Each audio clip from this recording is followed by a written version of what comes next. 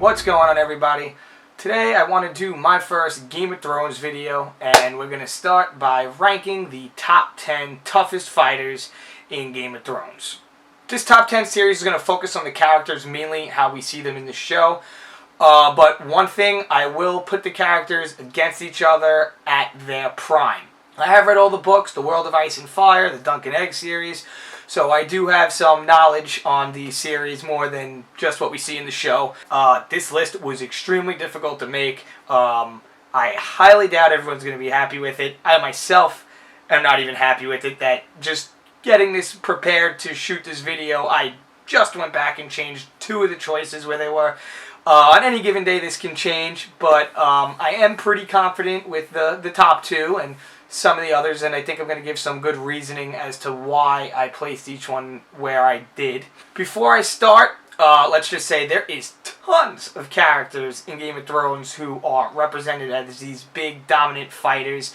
Also, if someone is clearly one of the best fighters or a crazy tough guy in the books but only has like 3 minutes of screen time, I am not going to place them. One last thing, let's get this out of the way now. Definitely honorable mention. I'll do an honorable mention at the end, but just to put this to rest now, we'll just start with Ned Stark. Ned Stark is not in the top 10 of this list. Yes, he's a great fighter. He's beloved by all Game of Thrones fans. Me, myself, being a huge Stark fan, he's a fan favorite. He's definitely tough. I would not want to fight him. He's totally battle accomplished. He's a great commander. He's fought in Robert's Rebellion. He fought at the Tower of Joy, which if you don't know about that, hoping you'll get to see exactly what went down there in this upcoming season. And we've seen him get down and dirty a few times on the show. And he is portrayed a little bit tougher on the show, I'd say, than he is in the books. But it's said by George R. R. Martin, the man himself, that he's a mediocre fighter. But I still, out of all the honorable mentions, there's definitely some people in there I say he would beat. So he's going to get an honorable mention, but you're not going to see him in this top 10 list. He also has what I like to say is Rocky complex, where when you watch like the movie Rocky, he may not be the best fighter, but he has a ton of heart. And on any given day, I would root for him and hope that he would come out on top of any of these guys. And you never know, because nothing's set in stone. Any of these people in this list coming up can beat another one on any given day. So with that said, let's get to it. Number 10, Sir Braun of Blackwater. Definitely a fan favorite and shown a little more throughout the show as being a brawler. I would consider to be the best dirty street fighter, get really into the mix, bar brawler out of most of the guys on the show, where they're more all showered by being either a great knight or has all their accolades and their fights written down through the books of history by the maesters, this and that. Sir Braun is not one of them. Sir Braun has defeated his fair share of knights. We've seen him in trial by combat. We've seen the man has no fear, almost going at it with the Hound, almost going at it with 2 Kingsguard. He loves that little knife on his back because he's always ready to use that. You see him actually throw it into someone's throat when him and Jaime are going to get Marcella back in Season 5. The guy's personality is hilarious. We all love him, and I'm going to place Braun at number 10. Number 9, Brienne of Tarth. A battle-proven warrior. Very honorable, fights with a lot of heart. She's a giant of a lady. She's a great swords fighter. She's proven herself in tournaments. She's taken down Sir Loras in a melee combat. She was put into the Kingsguard of King Renly. We've seen her in multiple fights. We've seen her take out groups of, let's call them like raiders or whatever you call it, Northmen. We've seen her fight Jaime Lannister. We've seen her fight and beat the Hound, who are two of the biggest fighters in Westeros and I guess Essos put together. One thing though, she does have a knack for fighting some of these better fighters, better known fighters, when they are at a disadvantage or at a weakened state, such as Jaime. When that fight went down with Jaime, he was tied up, he was in prison, malnourished for over a year, kept sleeping in mud, and his hands were tied up, and he still almost beat her. Jaime knows it. Jaime gave her a ton of credit for her fighting skills, but At full health, I think Jaime would have taken her down. Also, when she fought the Hound had wounds that were festering. He was weak in a weakened state as well. But I'm not taking anything away from her. Like I said, on any given day, something could change and one could beat the other. And I still think she's developing and getting even tougher as a character as she goes through more experiences and more adventuring. Number 8, the water dancer, Areo Hotah. One of my favorite side characters from the first season of the Game of Thrones show. Great character, great personality, was clearly a painter with his sword. You just seen the way he worked, the way he moved. That is not the style the knights of Westeros were used to or accustomed to fighting. He was from Essos. He was the first sword of the Bravos.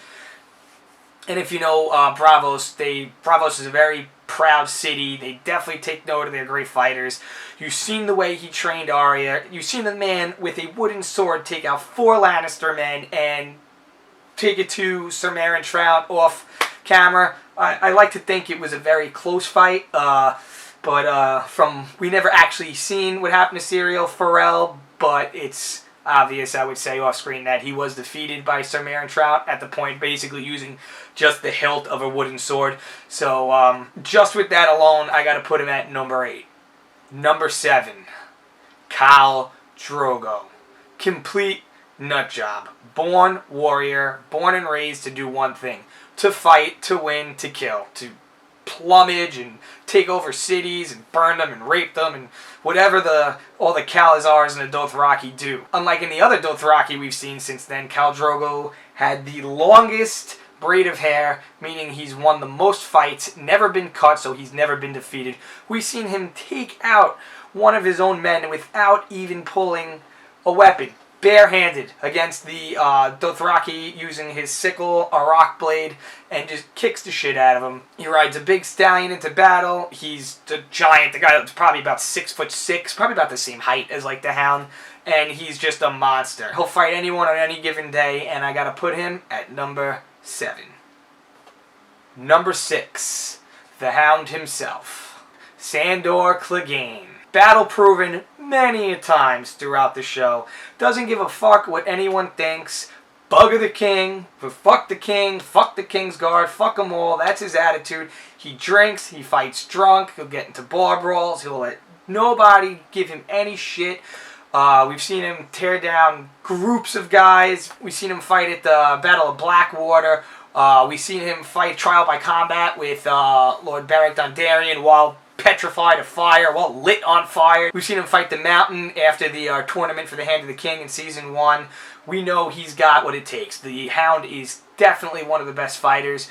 Brienne did take it to him in the show. We've seen that, but like I said, I do feel the Hound was in a bit of a weakened state.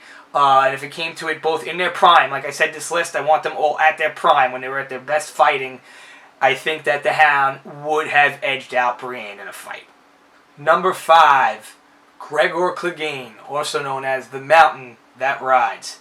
That's a hell of a nickname. That nickname right there shows you something. Coming in at like a whopping 7 foot, 360 pounds, we have the Hound's older, more vicious, vile, evil brother. His sword is taller than me. It's a 6 foot long sword that he can wield with one hand, and still has pretty blazing speed for his size. We see that in the battle against the Viper at the end of Season 4, and he is just ferocious. Just an onslaught of huge blows with his sword that just can cut a man clean in half. He wears armor that armor that probably more fit for a horse than a human. He's feared in all the 7 kingdoms. Everyone knows the name. No one wants to be pitted in a fight with the Mountain. And that's why the Mountain That Rides gets the number 5 spot. Number 4, the Viper, Prince Oberyn Martell. Another warrior who has no fear of any opponent on any given day. This guy's fighting prowess is unbelievable. Just watching the way he moves and fought the Mountain alone shows you what kind of fighter that he really is. He analyzed his opponent, he went in with the technique and attack, and he knew how to beat him. Let's just say maybe his pride or his need for closure may have gotten a little bit the better of him. But in that trial by combat, his opponent, they had no idea what was coming. The way he just moved and slinked around him with the twists, the turns. You've seen the agility, the flips, the spins, getting thrown around, but just keep getting on his feet. He also is smart. He trained to be a maester for years, so he has knowledge. He knows he's a master of poisons. While fighting, he even weakens his opponents, and if they, let's say, happen to beat him, they're going to die a slow and agonizing death anyway. You do not want to mess with the Viper, and that's why I have him at number 4. Number 3, Lord Commander of the Kingsguard, Jaime Lannister. Not Jaime Lannister with one left hand, even though he's getting a little bit better using that hand, but back at his prime. Jaime Lannister is revered as hands down one of the best fighters of his generation, if not the best. The way he can work his sword, people have seen nothing like it. He's probably the most popular and well-known fighter right now in Westeros. We've seen Jaime Lannister have to use his sword many times in the show. We've also heard countless times how much of a great fighter is. We heard how he cut down a ton of Robb Stark's men just to try to get to Robb. We've seen him fight Ned Stark himself. We've seen him still do some work, lefty. Not, obviously not the greatest. Also, he has a hell of a history. He's the youngest knight ever to be inducted into the Kingsguard. He's battled with the Smiling Knight, which happened in the history before the show. Tyrion Lannister picked Big Brother Jaime as his champion when there was the fight at the Eyrie, and they knew better than to wait for Jaime to get there because no one was beating Jaime Lannister. He'll be remembered even if he was to die tomorrow. Jaime Lannister, his sword skills will go down in history. That will never be forgotten. We still don't know what his legacy is going to be remembered as, because this character has had quite a turnaround over the seasons, but I'm hoping we haven't seen the last of Jaime Lannister and he works on that left-hand sword fighting. Number 2, a young Robert Baratheon. In his show, we've seen more of his later years in life, more of his decline downhill, but we still seen the type of attitude that Robert Baratheon had. He wanted to joust in the Hands tournament. He wants to fight. I think he says drinking and fucking. That's fighting, drinking, and fucking. That was his life's goals. He took the Iron Throne. He became king. He won his rebellion. He killed Rhaegar Targaryen, who many considered the last dragon on the Battle of the Trident. He wielded a giant warhammer that Ned Stark claimed that he could barely even pick up. His fighting prowess was known all over the Seven Kingdoms. He was actually considered to be like the Mountain of his generation. He was probably almost close in height as the Mountain, maybe not as big. Let's say the Mountain's like 6'11". We'll put him at more like 6'8". Probably weighed 300 pounds as well. He was just feared on the battlefield. He is battle-proven time and time again. He will not back down from any fight. He would smash, I do wholeheartedly believe he will smash anyone below on this list. We even seen in his older, fatter years that Robert Baratheon would have fought anybody in Westeros at any given moment if given the opportunity. Before we get to the number 1 spot, let's take a look at a couple of the honorable mentions.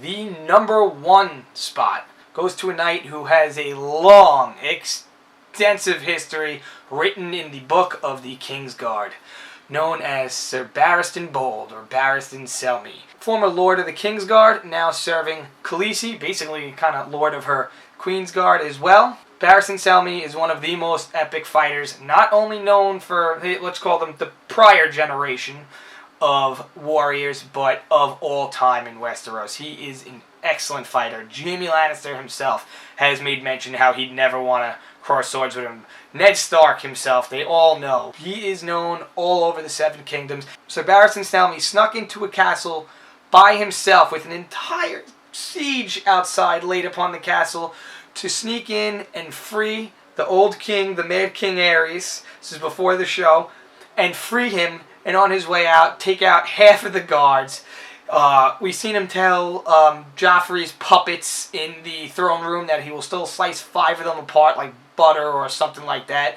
We've seen what happened in the show with one of his battles. It was a disappointing fight, to say the least, but you should just see in his old age, he's like in his 60s, how he could just cut down through people. So you could imagine how he battled and how much of a fierce opponent he was when he was in his prime. I honestly think it was no question that out of anyone on the Game of Thrones show, or even alive in the books, who was alive in the books, that he, in his prime, was the top fighter in Game of Thrones. So that's all I have for you today. I hope you enjoyed my list. Like I said, I highly doubt everyone's going to be happy with it.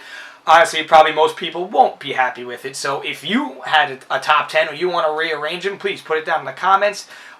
Give me some explanations why. If you think my list was a total waste and I'm an asshole, let me know that. I'd love to hear that. Next week, I'm going to come back and I think I'm going to do a list that I really haven't seen before on Game of Thrones. I am going to do the top 10 weakest characters in Game of Thrones, because trust me, in watching the show, reading the books, there's a ton of characters who are in, let's say, honorable positions or have great names, and they're expected to be these fierce warriors, but they are just hated, and everyone wants to see them get smacked around because we know they're not tough, that they're a wimp. So I'm going to do a top 10 list on that for next week. Until next time, Tman out.